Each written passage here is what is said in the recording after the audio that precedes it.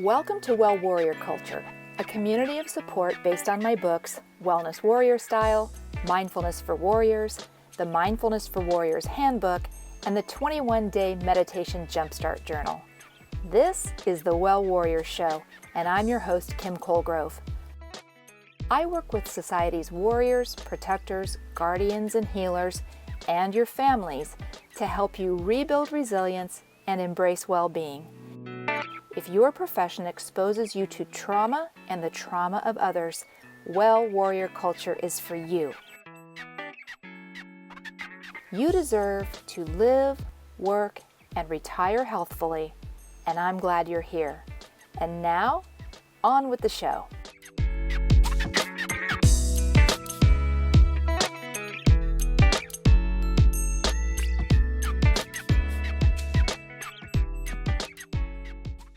Hello, friends, and welcome to the Well Warrior Show. I'm your host, Kim Colegrove, and today I'm sitting down with Kenny Schroeder.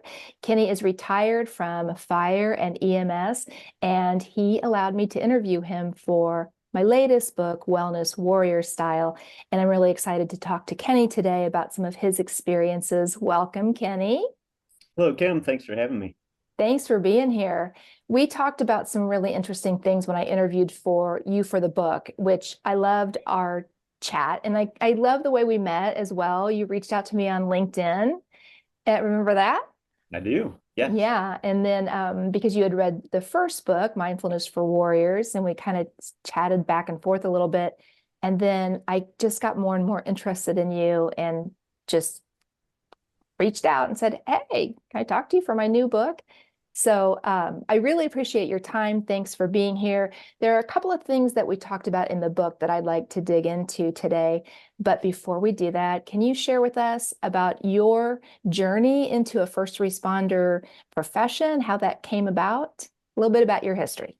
Okay. Yeah, absolutely. And I think it's interesting how you mentioned the whole how we got connected kind of thing, because the one thing I go back to is you mentioned how you had to find some bravery, to ask me. And I'm thinking, like, that doesn't make sense to me. Like, why would you need to be brave to ask me to be in your book? But, I mean, it makes sense. I feel bad putting people on the spot sometimes or making people feel pressure because not everybody wants to talk about their struggles. Yeah. So, and you didn't really know me very well. I just might have seemed very pushy, but you were very gracious. Yeah, absolutely. Very grateful to be a part of it. But it made me think about, my own life, and especially now, just looking at the times that I need to be brave and what that looks like. And it really takes just getting out of your comfort zone, at least for me. That's how I have it, and just being brave and kind of having things open up that you wouldn't necessarily be open to previously. So anyway. Yeah, for sure. And do you find that, I know you've probably helped a bunch of people by simply allowing yourself to be vulnerable and share your stories. I mean, that's that human connection, right? Yeah, it is. I didn't know how much that meant to me before, because I would always isolate, and that was just part of the way that I felt. It was just depression and things like that sinking in, that I didn't know how much I needed that social connection. And for me, it's healing, and then to be able to share that story, it can hopefully allow others to heal as well. For sure. So how'd you get into this gig? So how did I get into it? So my story is a little bit different, I think, than most first responders. Like typically you hear of some family tradition, like, my dad and his dad, but I didn't have any of that. I really wanted to be something different when I was growing up. I thought about being a race car driver. I thought about being a mechanical engineer, but never really a fireman. And so it wasn't until my senior year in high school that we had to do a service project for our senior year. And everybody else was kind of helping out at food pantries and things like that. And I'm like, I want to do something different. So I called up my local fire department and I said, hey, I got this senior project. What do you think about teaching me CPR? And so they said, sure, come on up. And the department at that time didn't have like a cadet program or a junior firefighter program or anything like that. They just had volunteers when you turned 18. So I went up my first day, and they welcomed me in, and it was as soon as I took a foot in that door that it just felt like I felt something. It felt different. It felt good. It felt like family. And, so I can recall like them teaching me how to do CPR, and then they had a run at some point. So I like ran and looked out the window and just, watched them leave. And it was very cool.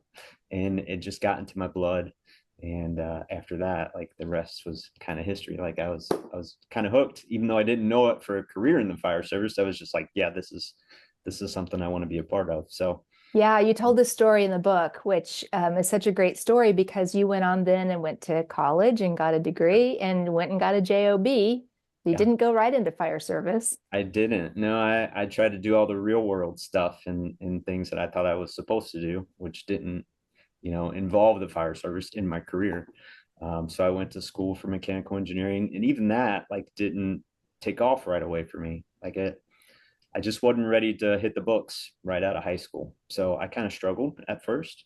And even that second semester of college, like the books just weren't really registering for me right away. So I took an EMT class, and thank goodness I did, because it not only really got me started in the fire service as well, but I met my wife at, back then. She's now my wife today, but that's where I met her. So Interesting, interesting. yeah, Life is so interesting, it isn't is. it? It is. Yeah. And then you want to share real quick because I love this part of what was that turning point for you that instigator that got you out of your corporate job and made you want to pursue a career as a first responder?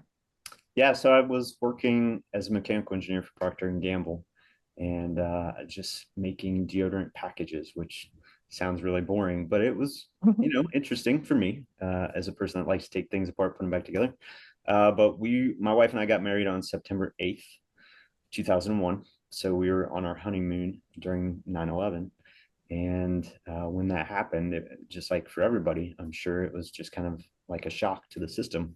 And for me to be in a career that wasn't really saving lives, like I was making people smell better, maybe, which could help a little bit. But I also had the skill set of being able to help save lives with being in the fire service and an EMT at the time. So um, I looked for jobs, and at that time too, it was difficult to get into the fire service, which is much different today, just because of the demand. But back then, it took a while. Like it took a good almost year until I got into the fire service full time. So Wow, I've heard this from a lot of fire service folks and also law enforcement that, there would be very few spots available for people, and now they're finding themselves understaffed. Interesting. yeah, absolutely. So it took a while to get into it. And even then, I was very nervous about it. Like I'm like, I don't know if this is the right thing. Like my wife and I also found out we were pregnant shortly after our honeymoon. So you think about starting a family, but also getting into a career of the fire service. Like it was just scary for everybody. So it took a giant leap of faith. And that's why I mentioned like that whole bravery thing, like just getting out of your comfort zone at times. Uh, it really is where that growth happens. So Yeah, and across this population, it doesn't help anybody for people to fake it and act like they're okay when they're not. What helps other people is the people who are hurting or struggling to speak up and admit it. And easier said than done, I know for sure. But I know that people like you make a huge impact for other people. But before you could do that, you had to have that experience yourself. So you want to share a little bit about how many years you were in and at what point in your career you started to notice maybe you weren't doing great? yeah, absolutely. So I never really had like the big run that affected me. At least that I thought. Looking back over time, I'm sure it was just all those little things that affected me. But I was very connected to health and wellness too, like throughout my entire career, to where we were bringing in fitness instructors, we were bringing in people with nutrition backgrounds, just to try to make my department as healthy as I could, because that's what I wanted. I'm like, I want us to be healthy. I want us to be able to enjoy career or enjoy retirement after a career. I wanted all that stuff for everybody else, but I didn't know like I needed it for me. I'm like, no, I'm good. Like everything is fine. I try to take care of my body physically by eating right and exercising, and exercising is also a great outlet too, for anything that's building up inside of you. I have found, but I just never really looked in the mirror and said, "Hey, I have a problem," and just let it go and said I'm fine, and never had the courage to say, "Yeah, I need help." Everybody else saw it in me when I didn't, and thank goodness when the time came, like I really struggled at the very end of my career the most. And it was when I decided, my wife and I talked, and we were like, maybe I should retire. Maybe this should be it for now. So when And you hit retirement eligibility mhm. age, you immediately jumped into that conversation. Yeah, and before that, like prior to that, I always thought like I would do this forever. I would be at Independence until you had to drag me out of there. Like that's just where I wanted to be. Again, it felt like family. It felt like that's kind of what I was made to do. So, Felt like uh, home to you, huh? You're home yeah, away from home. Yeah. absolutely. Yeah, and we spend a third of our lives there, so it makes sense, Yeah. Um, but I wasn't ready altogether to say I'm done with this. And so it was a struggle. It was again another, kind of leap of faith, like, all right, we're gonna see what's gonna happen here. So when And I what was kind of symptoms were you experiencing, or what kind of issues or problems did you notice, or that your wife noticed that she or you felt was related to the work? just isolating, I wouldn't talk to anybody, even family. Like I wouldn't want to do things like go to birthday parties or, even going to the pool that we belong to. Like it would be everything. It would just be a struggle. Even on days it would be a struggle to get out of bed sometimes when I didn't have to work. When it Gosh, came, Kenny, I think that's really common. yeah, I'm glad you're talking about this. I think it's really common. And the individual just knows they have no energy for anything. yeah, But the spouse and the kids and the family people around are really perplexed because you used to love to do these things with mhm, us. Yeah. yeah. Continue. I sorry, I didn't mean to interrupt you, but No, you're good. But when it came to work, like I would get up and go to work. So it was very different. Like one of my coping mechanisms at the time, like looking back, was to work more. I thought if I could work more, my family would appreciate the money that I was making. They would appreciate the dedication that I'm showing. My department would appreciate it, and all of that. Like I thought that was just a way that I could do better, was just to work more. And you know, looking back, do you feel like you were just trying to keep yourself busy so that what you were thinking, what you were feeling wouldn't fully be able to sink in? I feel like I've met a lot of people, and I would say my husband fell under this category of just trying to keep himself busy. Like he was, like he could somehow just barely outrun the anxiety or barely outrun the depression by, just keeping himself yeah, active and absolutely. busy. It just like I knew what I was doing at the firehouse. Like I just felt like I was in my groove. And when home life is not going so great, at least I had something to say, I can do this right, and hopefully not mess it up at the firehouse. So it just felt comfortable being there. It just, yeah, I would always say more, better, different. Like you just keep trying to do something different at the firehouse or doing it more, whatever, to try to make things better, when everybody at home was like, man, you're not here. Even when you're here, you're not here. And just really suffering because of that. But Yeah. again, I just didn't have the ability to see that in the moment, or really the courage to say, yes, that is a problem and I need to address it. So um just being isolated from my family, and really not showing any interest in them, which, like, that's a huge pain for me, like looking back and seeing that, like just knowing that I caused some of that suffering when it wasn't anybody else's fault but my own. So I really, as we talk about this, I'm listening and I'm thinking about all the dozens and dozens and dozens of people that have confided to me, that I've talked to over the years since my own husband passed away. And I love to talk about these things because I always imagine somebody listening that's feeling like this right now. And, maybe our conversation will help them turn inward a little bit and give this a little more thought, and then take some kind of a step, and maybe they can save their marriage, and yeah, maybe they can mend and heal their relationship with their children instead of continuing down this path.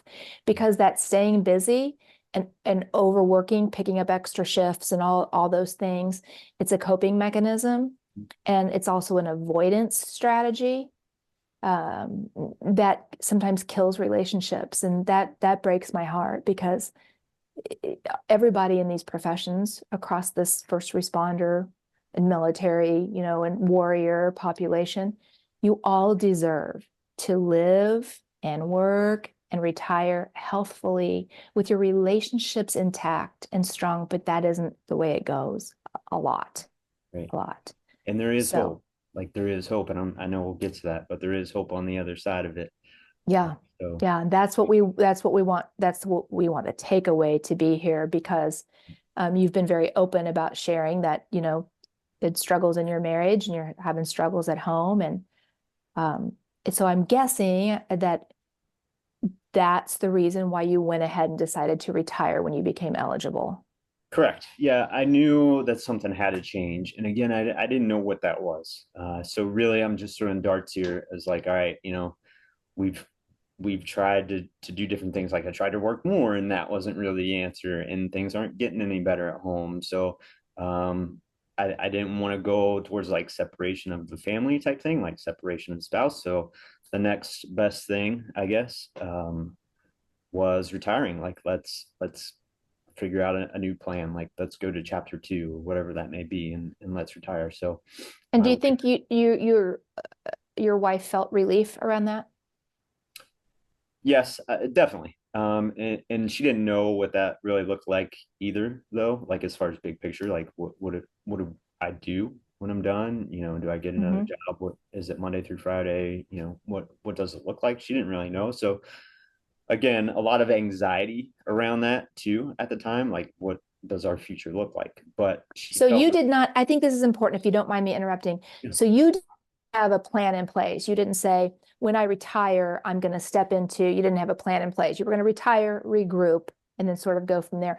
I think based on, and we have a retirement training, 8-hour retirement training that we do with Pause First Academy and in-person training. So I've talked to a lot of people also about this retirement issue, because it hits people hard and they don't expect it. yes. And I think that's an issue that we can help other people avoid, which is retiring without a plan in place. Mhm.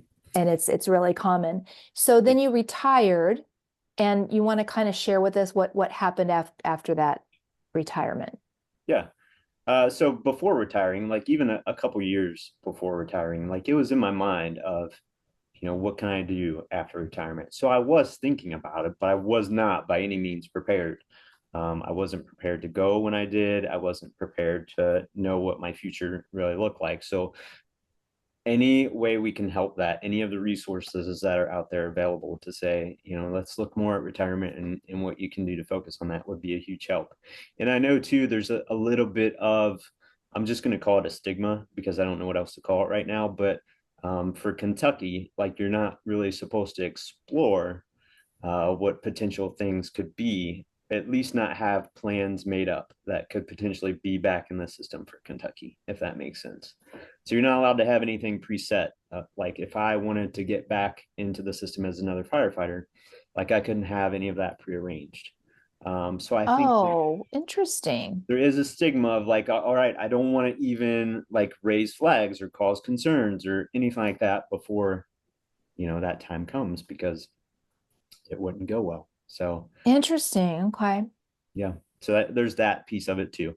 But for me, when I did retire, I was not at all expecting like day one of retirement to be as isolating as it felt for me. So I felt like I was cut off, right away from just the people there because the text messages stopped, the emails stopped, all of the runs. We could get the runs on our phone to know, what the shifts were doing and what runs they were responding to. All that stopped, and I live in the city, that I worked for. So, it was a little bit more than just me as a firefighter there. Like it was my family too, and kind of Yeah. having a Yeah. connection. So, Kenny, I think that hits people really, really hard. I think they intellectually, they think they understand.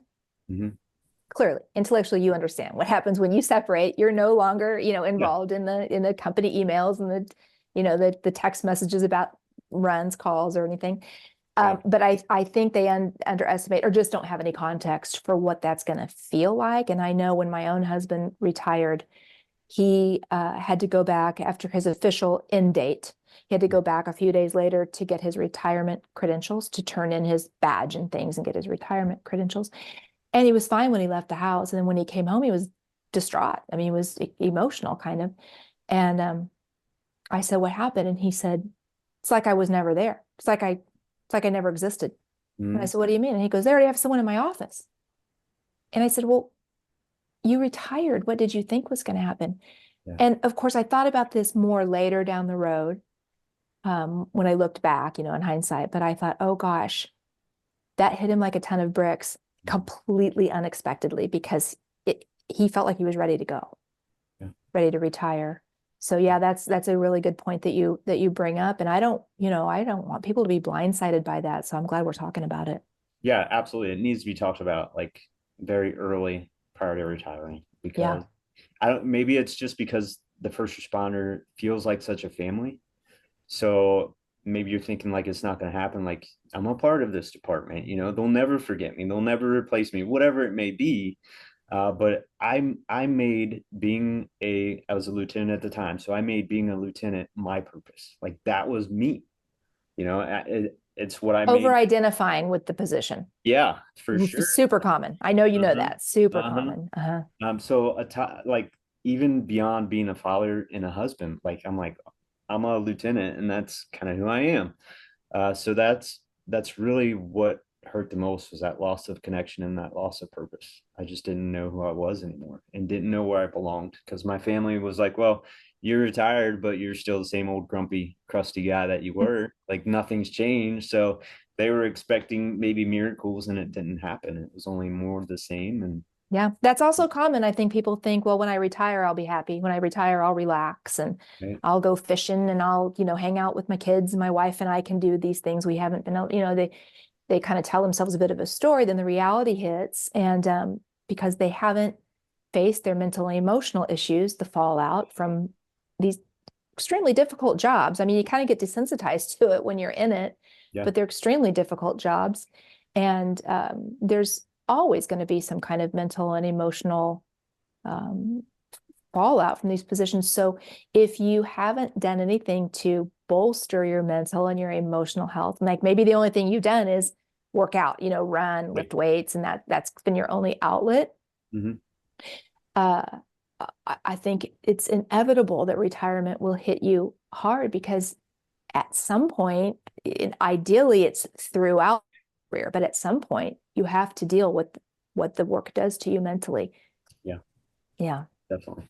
Yeah, and I would encourage hobbies too, Mm-hmm. outside of like you mentioned, outside of exercise and things like that, but fishing or taking a walk and just being outside in nature, traveling, like start to do those. Or if you did those and then stop doing them because of the career, like get back into them before you retire because those are Yes, definitely before. So helpful. that's a great point. So like Uh-huh. leading up to, like, if you know you're retiring in a year, start reintegrating that stuff into your life. Yeah.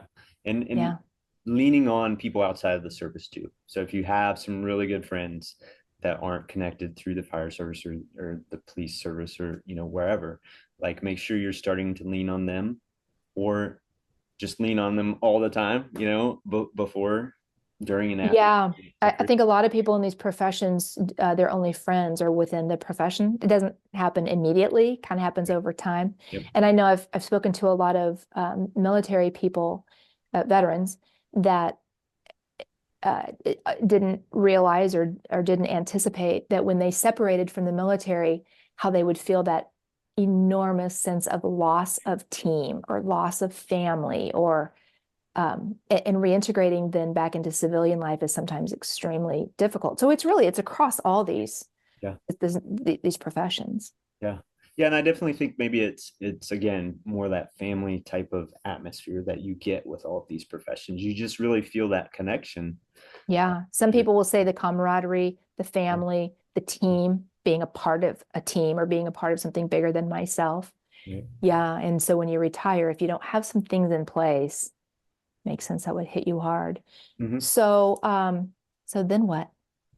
So then it was again just like that tornado of bad things happening as far as depression and just a really the darkest time of my life ever was shortly after retiring. And, I didn't want to do anything. Like I was trying to find some hope of like, all right, I've got this time now. I can do anything I want to. Like now is my time to pick what I want to do instead of having it, having somebody say, well, you got to stay here for this many years until you can retire. So it really should have been this hopeful, joyous time. And it was a 180 of that. It was, again, the darkest time of my life. So I As you had, look back now, I apologize. no, you're good. As you look back now, what would you say you were, in terms of like mental and emotional issues, what were you struggling with that at the time you probably wouldn't have been able to articulate?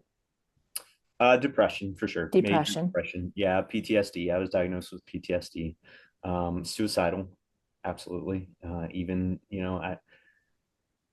not really having a set plan, but just not wanting to be alive anymore and thinking of like, all right, my family would be much better off if I wasn't here, because they wouldn't have to put up with me.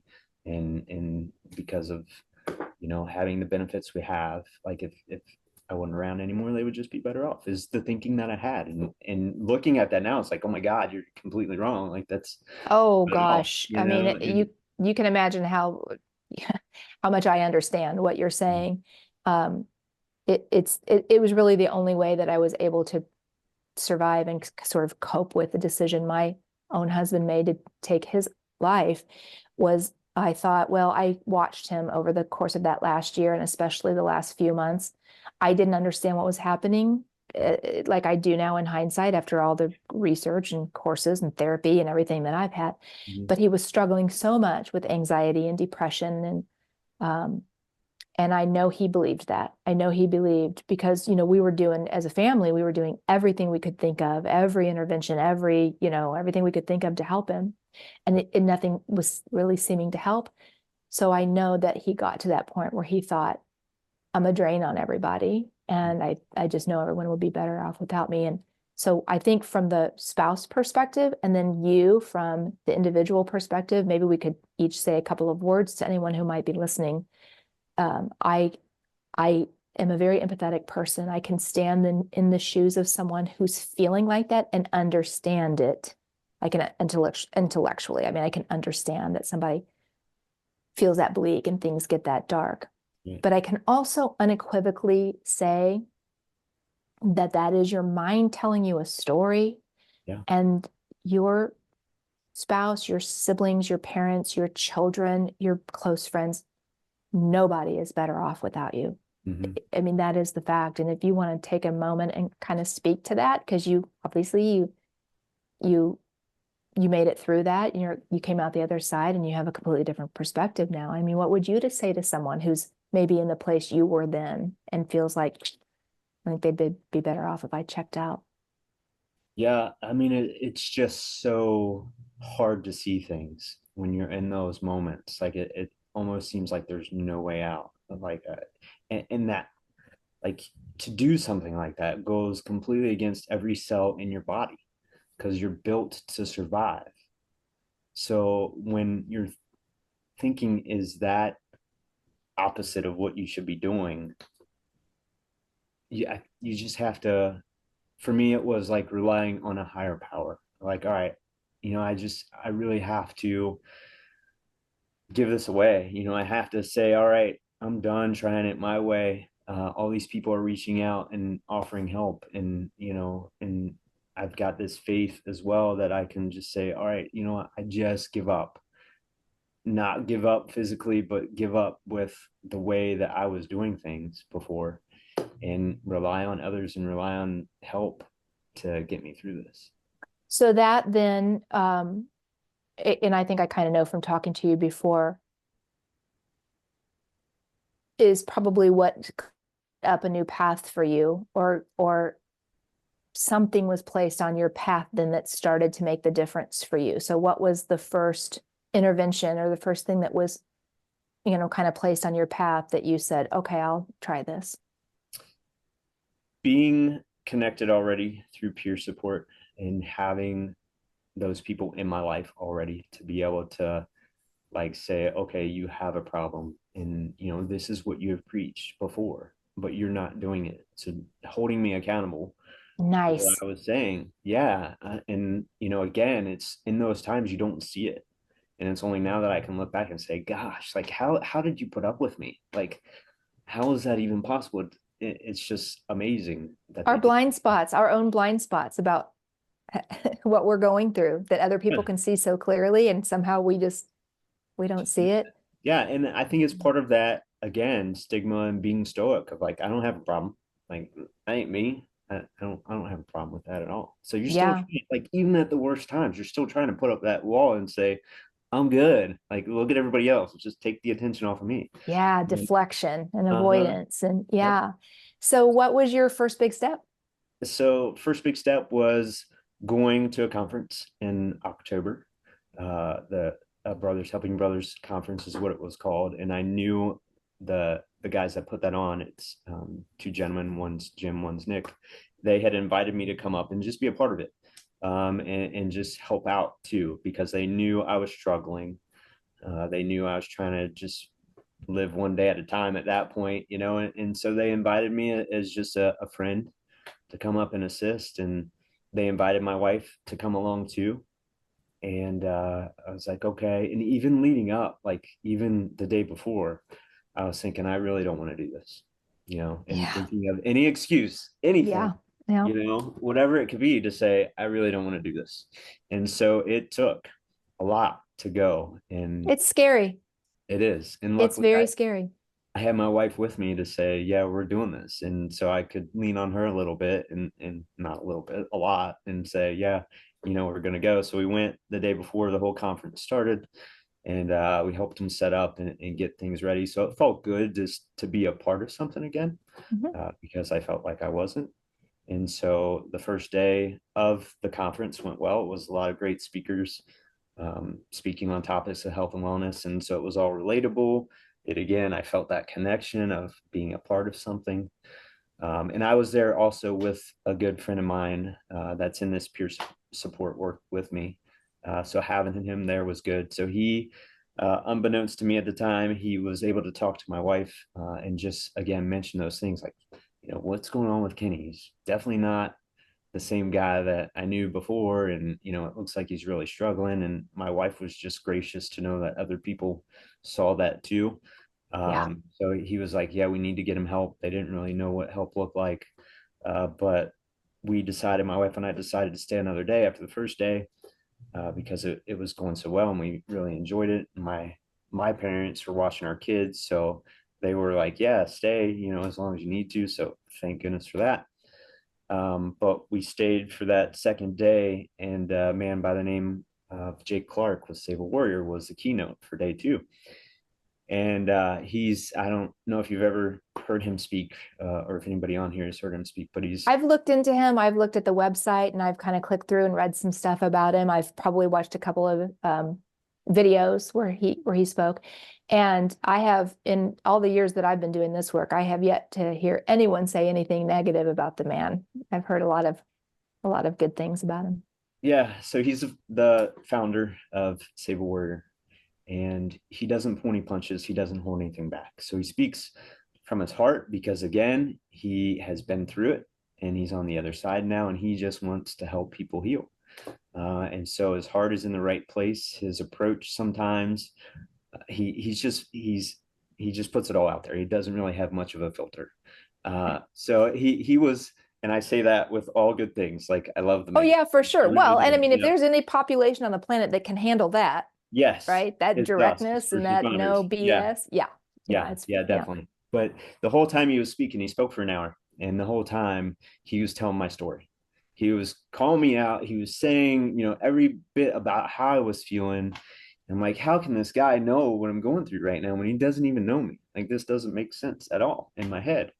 Um, but during that whole talk, and even at the very end, I wasn't ready to say, yes, that's me that you're talking about. Yes, I need the help. Get me the help ASAP.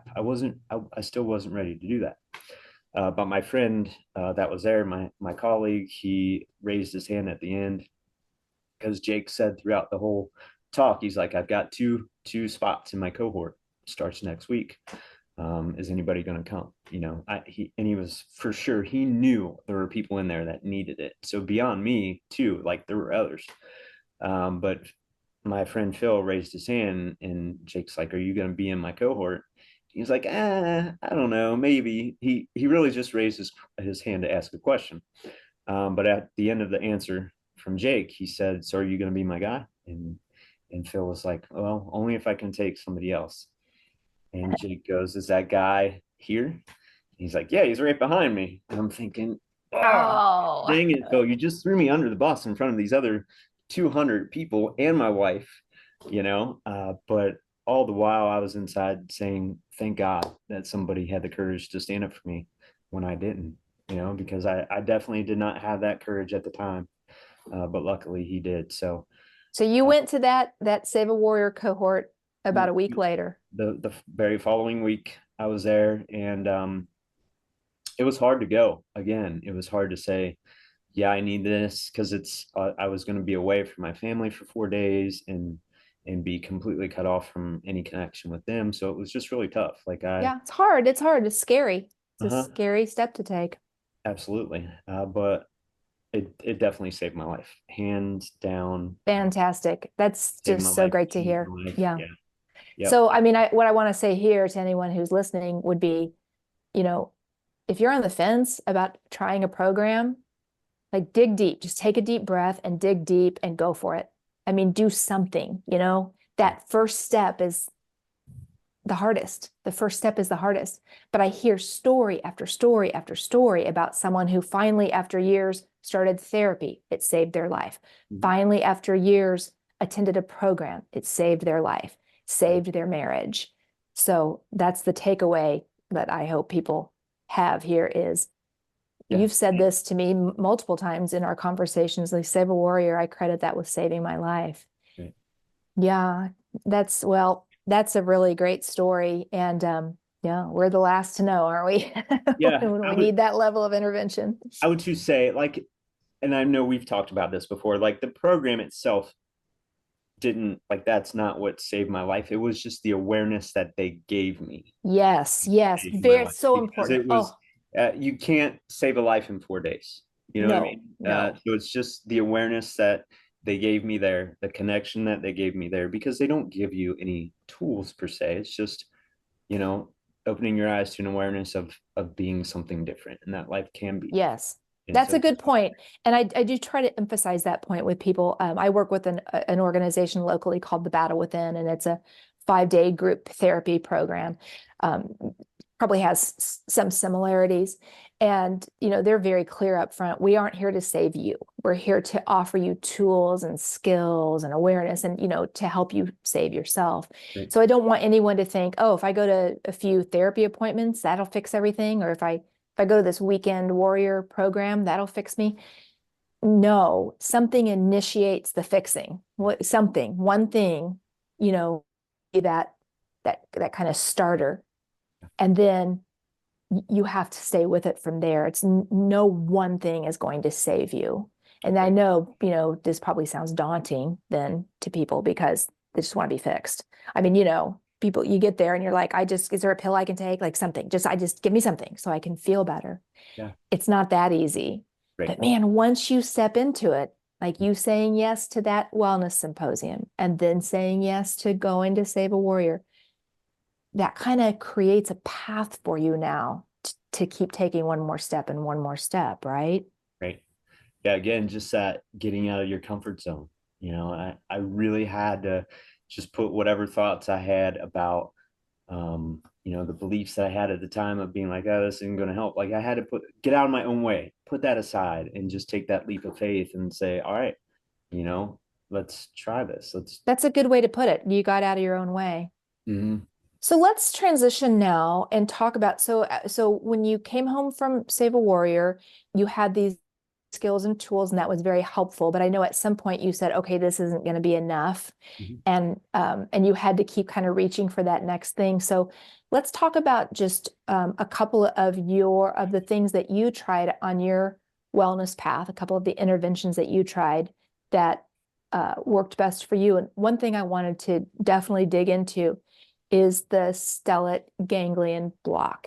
That's something that's somewhat new to me. I've known about it maybe for the last couple of years, but I've never taken a deep dive into it until two of the people, you and one other person that I interviewed for the new book, mentioned the stellate ganglion block and how helpful that was. So would you mind sharing about that a little bit? Sure. So like you mentioned, Save a Warrior, it's not the end all be all fix all, but it was kind of the catalyst for me to get that healing movement really started. And I know I mentioned this to you before, like I felt great coming out of it. I really did. I was like on a huge high, like a lot of momentum uh, until about 2 weeks out of it. And I kind of hit a low again. And just knowing like you really have to put some work in, and it's not always going to be this linear line of saying, all right, this is the way it's going to be forever, this is the growth path forever. You're still going to have these up and downs. So I was very connected still to peer support, very connected to a woman by the name of Joe Terry, that she does a lot of work for first responders in this area. She suggested having a stellate ganglion block done. And let me preface that with my fear of needles, because I forgot about that. yeah, I do have a very large fear of needles, to where I tell my wife, like, I donate blood once a year, and it's really not a donation at all. It's, my annual physical, where they draw like a tube of blood, like that's my donation, because I Yeah. in needles. So when she suggested it to have it done, she's like, I'm having a lot of first responders that are having success with this. And it's not, again, not a cure all, be all, but it's helping. And she just talked more and more about it. She's like, there's other people in the area that are doing it and they're having great success. Why don't you give it a try? And the stellate ganglion block, what's the purpose of the procedure? So take a step back and talk about where it came from just a little bit. So Okay. they were using it with military. And they were using it only with like back and neck pain, just injuries that. Oh, back and neck physical pain. Okay. Yep. And so they were treating that and then finding that it was helping with mental health issues. So they looked more and more into it, and just began treating individuals for that reason, like the mental health side of it, and seeing a lot of success. So it's still not approved by the FDA yet to treat mental health disorders, specifically PTSD, but all of the findings that are coming out and all of the studies have been positive for treating it. So the process behind it, or the thinking behind it, is that you have this block of nerves that not everybody has, by the way. I found that out in a little bit of research. Oh, really? Only 80% of the population actually have a stellate ganglion block. So just because of the way your body works and develops, like some of the nerves just go like different directions and they don't actually form this block. But what it does Interesting. is it's responsible for the nerves as part of the fight or flight.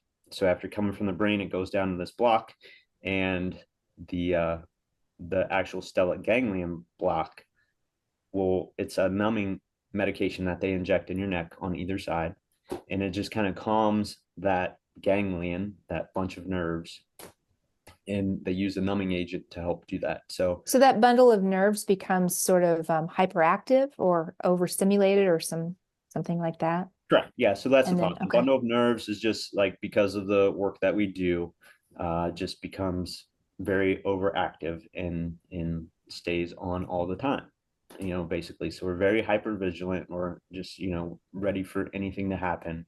And so it just kind of calms that down. It's not, again, something that lasts forever. So for some individuals, it may only work for a couple of days. It may work for weeks. It may work for months, but it's just different for everybody. So Interesting. So it's still somewhat experimental. still experimental, but like I said, they're having a lot of success. Like I've not heard of Yeah. a negative reaction with it. I've only heard of positives. And for me personally, I've had 3 of them done now. So the first one was, again, the most anxious for me, because, just getting over that fear. But the doctor that did it, perform the procedure for me, walked me through the whole thing. So definitely educate yourself on it, and get a bunch of research as much as you can, you feel comfortable with. Look for local providers in your area. I know the Center of Excellence will do it as well, but just, kind of get as much research as you can on it to make yourself feel comfortable.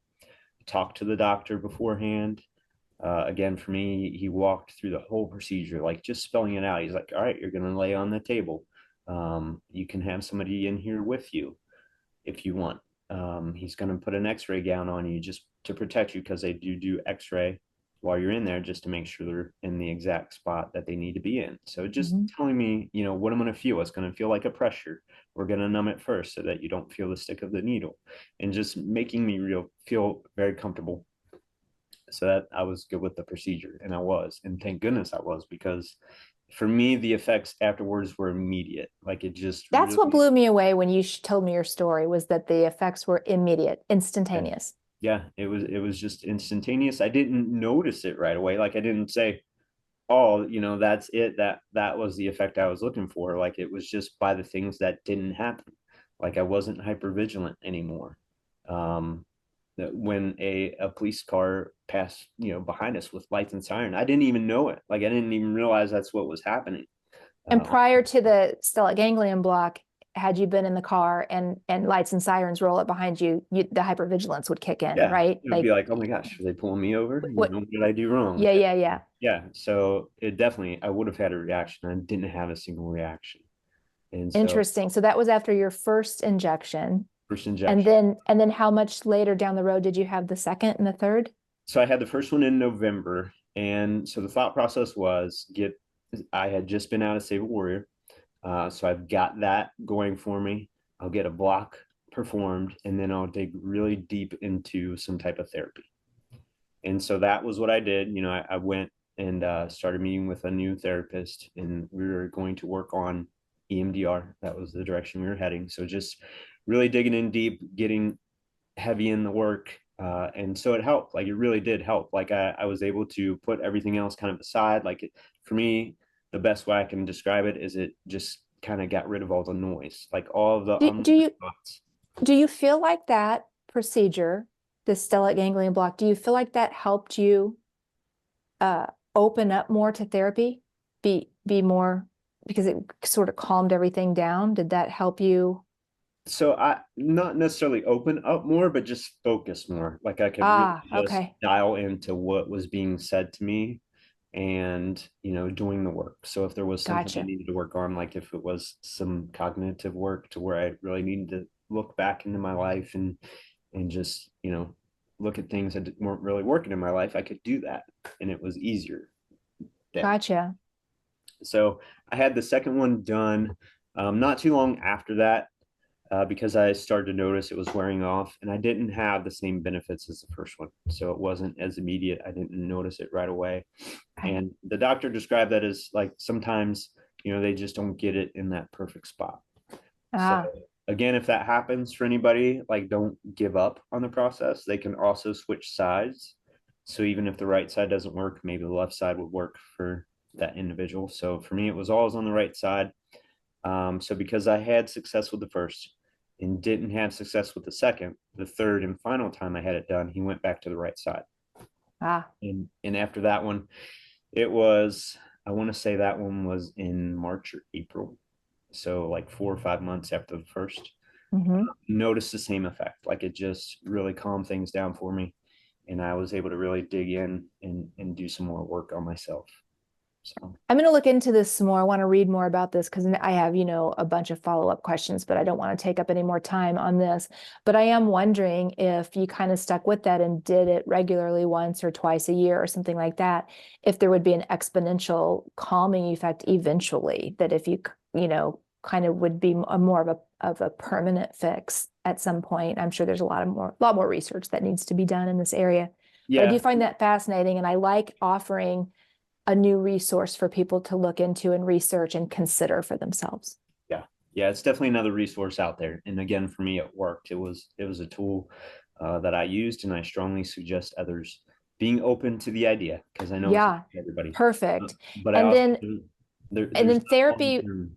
I apologize. Go ahead.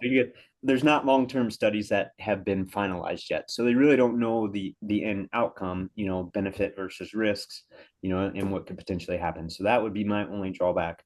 in long-term doses of it, like what could it do down the road? So Yeah, gotcha. Fair enough. That's why you made a point to say do your research, do lots of research yep, as you consider it. absolutely. So you found therapy useful. I think that's an important thing to throw out there because a lot of people are afraid of therapy or don't believe in it or don't trust it. Mhm. So you found therapy. And then I think one other intervention that you found useful, and it doesn't work for everybody, but it's fairly popular across this population, and that's EMDR therapy. You want to talk a little bit about that? And also, I always forget what EMDR stands for. Eye movement desensitization. I don't remember what the R stands for, Yeah. but yeah. So it has to do with No. rapid eye movement, Yes. and working through traumatic events. Yes. And the best way to describe it is voodoo, from what I'm told. Voodoo. Voodoo. Yes. So Okay. if you don't know how to explain it, just say it's voodoo, and everybody's like, okay, I got it. Yeah. But I've talked to people that both say it made a world of difference and yeah, or like was the key thing. And I've talked to other people that said it just didn't work for great. me. I had to move on and try something different. So let's talk about your experience with it.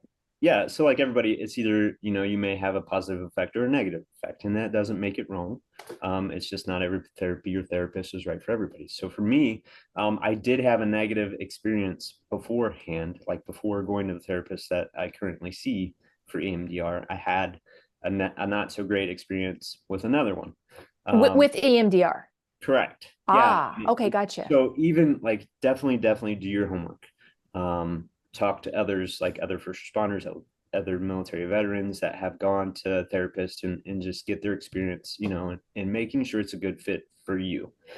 Because they're not all created equally. Again, not every fit is going to work. And some are just, have perfected their practice a little bit better. So Yeah. And also, I also think one more thing to consider is there's a personality thing. yeah. So if you go to a therapist 2 or 3 or 4 times and you're not clicking and the EMDR didn't help and you did not like the EMDR, um, it's hard to convince people, don't give up. That Yes. may not be the right therapist for Yeah. you. And then while I know it's daunting to think, oh, it took me forever to find that one. I don't want to keep doing this. It's so much work. But that's a perfect example of what you just said. You were going to a therapist and they were trying EMDR and it wasn't helping, but then you found the right therapist for you. So it's a Yeah. good point to make.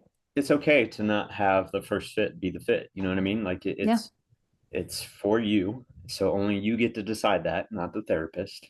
And it's, to help you get better. So definitely if it's not a right fit, don't continue with that therapist Just and keep looking. have Yeah. hope that there's another Yeah. one out there, because there really is. So I do think it's important to make sure that you go to a therapist who is familiar with trauma, secondary trauma, working with folks that have a diagnosis of PTSD, and also beneficial if you can find someone who has worked with veterans or first responders because it's a unique population. it is. And you want to feel comfortable. Yeah, I think we've all heard some horror stories of things that didn't go so well with therapy appointments. And for sure. So uh, finding someone who's culturally competent yes, is really the key, and it's worth the effort. yeah. And there are resources out there to help you with that. Like there are agencies across the country that can help, say, hey, this person we've talked to them and they know about first responders, they treated first responders in the past. So there are resources out there to help. So that's one thing that our Yeah, yeah. team And does. in the new book, our new book, uh, I've added a pretty robust resource list in the back of that book to help people just get ideas. And it's everything from books, articles, podcasts, to TED Talks, things like that. But also, I've included some of the things that we're talking about today, the Okay. stellate ganglion block and programs, and just, all sorts of resources to help people get started. Yeah. And so and now I know this about you. I know that you're still really involved with peer support. I know you're a big believer in peer support, and you're firmly now on your wellness path. You're firmly walking that healing path. And then I know it's just a plan, right? You will for the rest of your life. It's a maintenance. There's a maintenance. You don't go do therapy and then you're just completely fixed and you never have to make any effort ever again. Yeah. Yeah, it definitely takes work. And that's how it was kind of phrased to me. Well, it's a simple plan, but it's not easy. And it's definitely not, it takes a lot of work. But, It's a great point. But man, you're working on your own behalf to yeah, save your own life. Maybe your marriage, maybe your relationship with your siblings or your children, so it's valuable work, and you're worthy of it. yeah, You're worthy of it. You are worthy of healing and yeah, being happy and extending your life expectancy and all the things that can happen if you can just be brave and address these things. yeah. One last thing that I want to talk about before we start our wrap up is something that you brought up in the interview for Wellness Warrior Style. And other people have talked to me about this. Nobody else brought it up for this book, I don't think. But that is the prevalence in these professions of backstabbing and gossiping, people talking about each other. And also, people talk a little bit about bullying. I don't know what another word to use besides bullying, but maybe it's just, you know, super extreme unkindness to your coworkers. But can we talk a little bit about that? Because I think it's something that a lot of people experience, but they don't really want to talk about or complain about, or they just try and stay out of the line of fire. Mhm. But yeah, talk to me if you don't mind, as much as you're willing to talk about your experience of hearing people talk about people who were struggling, or knowing that people were probably talking about you when you were struggling. Mhm.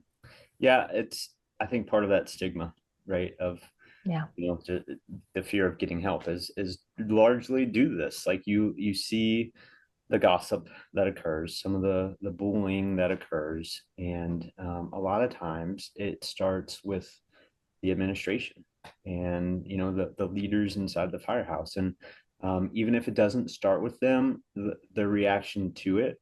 So if they just let it go, that's a problem. Like you can't just let it go. If you want to have a healthy firehouse or a healthy police force or healthy dispatch, you really have to look at your overall department and how it's working. So when you have especially for us at the kitchen table, like that's where a lot of it occurs. You'll have, just in the morning when shift starts, just some stories being told, and it may be about, usually it's about somebody that's not there, and you really have to challenge. I feel like it just starts with everybody individually. Like you really have to challenge to say, that doesn't feel good. Like that wouldn't feel good if it was me that they were talking about. So what can I do in this situation to, go make that go the other way? How can we stop this? How can we change it? What can we do differently? Isn't Um, it interesting that as a full-blown adult, it's almost as hard as it was in middle school yeah, yeah, to be the one who doesn't engage, or even take it a step further, the one who might speak up and say, knock it off. I don't want right. you guys talking about me like this. Do you want us talking about you like that? That's a hard step to take. It is. And, sometimes it's maybe not saying like knock it off, maybe it's because I don't want somebody to feel like they're going to get embarrassed or get poked fun of because of that. But even if it's something simple like saying, you really don't know what that person is going through. Like you have no idea what they're going through. So how are you going to judge them, based on how they're showing up or what's going on in with their life if you don't know? So I encourage people just to say, hey, give that person a call and just ask them how they're doing. Yeah. And a Yeah. lot of times that kind of ends the gossiping because they're like, oh, I never thought about it that way. So I think it really just gets down to treating humans like humans, and saying, hey, Gosh. Yeah. let's just treat everybody the way that we want to be treated, kind of that golden rule, right? And when you can take a step back and see it from that perception, I think it really can just hit home. And so, like I said, it starts Yeah. with really the leaders, the formal and the informal leaders in your department to be able to do that. And That's you a can great see, point. Whole bunch of informal leaders end up being trailblazers yeah, for sure. You can in this see world. Yeah. the departments that work well with that versus the ones that don't, like just being around for so long, like being kind of a seasoned vet. It's like, oh, okay, like this is a department that I really feel like they got their stuff together, and it's just a really well ran department from a healthy employee standpoint versus some that aren't. And so it's just, that's really where it starts is Yeah. by injecting I those. think it's going to be important for this to keep being upended and challenged, because um, it nurtures that stigma Mhm. that causes people to feel weak, Yeah. Yeah. and then prevents them from speaking up when they're struggling. Yeah. And our culture too, like not just the fire service, but our culture in general thrives on drama. If you look at TV shows that are out there and social media and everything else, like it all evolves around drama. So it's really tough. Like it really is a challenge to be able to say, all right, I get it, I see that, but that's not really what we need right now. We want to get people healthy and make sure we're doing the right things for them. Do you think part of the problem is that first responders and others in surrounding professions tend to sort of lose their empathy over time? Uh, Yeah, and so if your if your empathy is dulled a little bit, you might have a harder time standing in that person's shoes, and instead of talking bad about them or criticizing them or gossiping about them, if your empathy is intact, or you can bolster your empathy, that leads you to say, I wonder what might be going on in the background of their life that's contributing to this, and let me reach out and see if they want to talk, or that kind of thing. So much more constructive, and you might save a life. mm-hmm. and and that level of support of people's mental wellness and emotional wellness has got to happen, Mm-hmm. because this whole suck it up buttercup thing, Right. It doesn't work. Power on, push through, cowboy up, all that. I mean, that's done a lot of harm over generations. Right. So Right. it I is. think like when you're at the kitchen table and you're feeling bad to where you're depressed and you don't really want somebody looking at you, it's easier to say, all right, look at that other person, and what they're going through, versus taking a look at yourself. I think that's that only adds fuel to the fire for the gossiping type situation too. That's a good point. That almost reminds me of junior high or middle school. Yeah. Like, let's talk about someone besides me. Let's talk about Uh-huh. her. Look how she's dressed today. So we Yeah. don't, talk Not about me. me, not me, don't talk about me. Yeah. Yes, yes, yes. Oh my gosh. Well, before we kind of wrap up and say goodbye, anything else you want to touch on today in terms of your experience or your risk experience with retirement, or the mental health interventions, or any advice, anything else you want to touch on? I would say just don't give up. And I know we talked about that a little bit, when it's really hard at times and you can't really see the light at the end of the tunnel. Just know that there is one, that there's a lot of support, there's a lot of resources. Thank goodness we have people like you that are getting the word out there. Like there are so many things now, and being where I am now, like I'm not fully healed and I never will be. I'm just on this journey now to kind of get better, but to take a step back and look at my life now versus where it was, like it's incredible. I can't imagine not being where I am today, because I'm just so full of love, and everybody around me is happy, and they see a difference, and it's like I just can't imagine where I would be now if not for. I want this for everyone who's feeling the way you felt. I want this for them. Whether or not they're married, if they're married, I want them to be able to save or fix or enhance their relationship. Whether or not they have children, if they do, I want them to have healthy, long-lasting, strong relationships with their children as they get older and come into adulthood, and relationships with grandkids. And if you're not married and you don't have, children, bonds with your siblings, bonds with close friends, um, I want that so much for people who are, I'm going to say, suffering, and that's not even dramatic. There's so many people are suffering in silence, suffering just in survival mode, and they're just getting through today with Mhm. no light at the end of the tunnel. So I'm glad they have people like you to listen to read about in the book, um, and I hope it gives them hope. I hope you give them hope, because you've admitted marriage was rocky. I wasn't doing great. I wasn't, connecting and bonding with my kids, all those things that a lot of people experience. And you're on the other side of it now, and it's possible for anybody. Yeah. Yeah, I would have never thought it was possible. In those darkest of times, I would have said no way. No Yeah. way. So Yeah. yeah, Say that again. Say it loud. Say it right. again. I never would have thought it was possible. So if you are in that space, right now or have been, or, tomorrow you will be, or whatever, uh, reach out to me, reach out to anybody. Like we are more than well happy to assist you and walk that path with you. If that's what needs to happen, like we'll stand by your side and do it. I feel like pretty much I think I interviewed 13 or 14 people for this new book. And I feel like pretty much everybody I interviewed would say to anybody out there, email me. I'll Yeah, talk to you.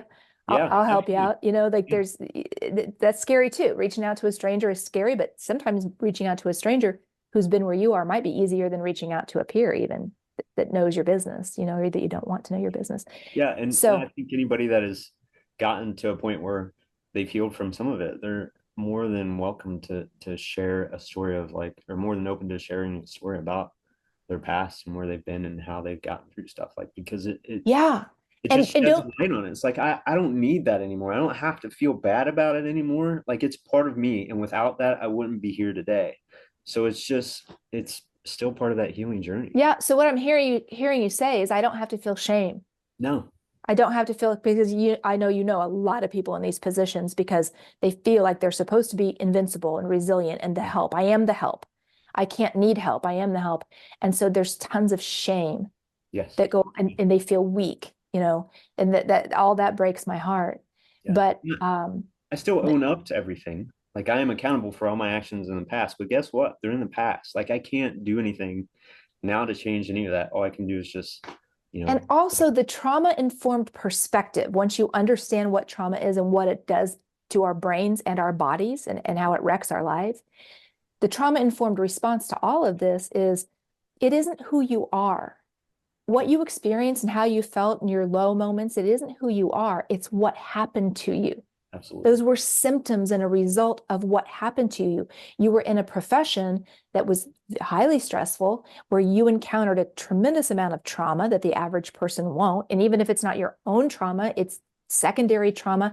Your brain, your body cannot differentiate between your own trauma that actually happened to you or your family member and the trauma that you witness just out in public, strangers. It impacts our brains, it impacts our bodies. So carrying shame, I just want to eliminate that shame Mhm. stigma around all of it because nothing's wrong with you. Some things happened to you and caused you this pain. But man, there are things you can do. Let's do it. Let's find these resources that are going to work for you. Absolutely. There's a lot out Yeah. there. Yeah. Yep. A lot of resources out there. All right. Well, I've enjoyed this talk again, and I appreciate you so much and keep doing all the good things you're doing. I know you've gone from that person who lived in that shame and had um, had a lot of pain and a lot in dealing with depression to someone who now continues to do your own work, and you're also a beacon for other people. And that just seems like a perfect recipe. And what a great use of a life. So thank you, Kenny, for everything that you've done both as a first responder and what you gave to your community, and also now as a first responder who's healing and helping others heal. Thank you very much. You're welcome. And thank you for just allowing me to be a part of it. And again, for getting these stories out there. Like, it's just great to be able to open a book and look through it and say, oh my gosh, like, that was me, or that was parts of me. And knowing again that there's so much recovery that can occur, and that at the end of the Yes, day, they're not yes. alone. They're not alone at all. It's And what's happening with these books. I couldn't have imagined, yeah. but that's exactly what you just said is what's happening with these books. Because I interview people Mhm. and you guys are vulnerable and you share, other people see themselves in one or two or three of the stories, and that can be that motivation or that inspiration for them to take a step. You guys who have allowed these interviews are making a big difference for people, and you'll never know. Unless they take the step to reach out to you, you'll never know. But I promise you, you're making an impact on people who read your story. Yeah. I know that Yeah. from the first book. Like, it Thank you so definitely much. is. The world needs more Kennys. You're a great guy. Thank you very much. I appreciate the time and appreciate the discussion as always. It's All been, right. Well, take care, my friend. thank you. You too. Bye bye.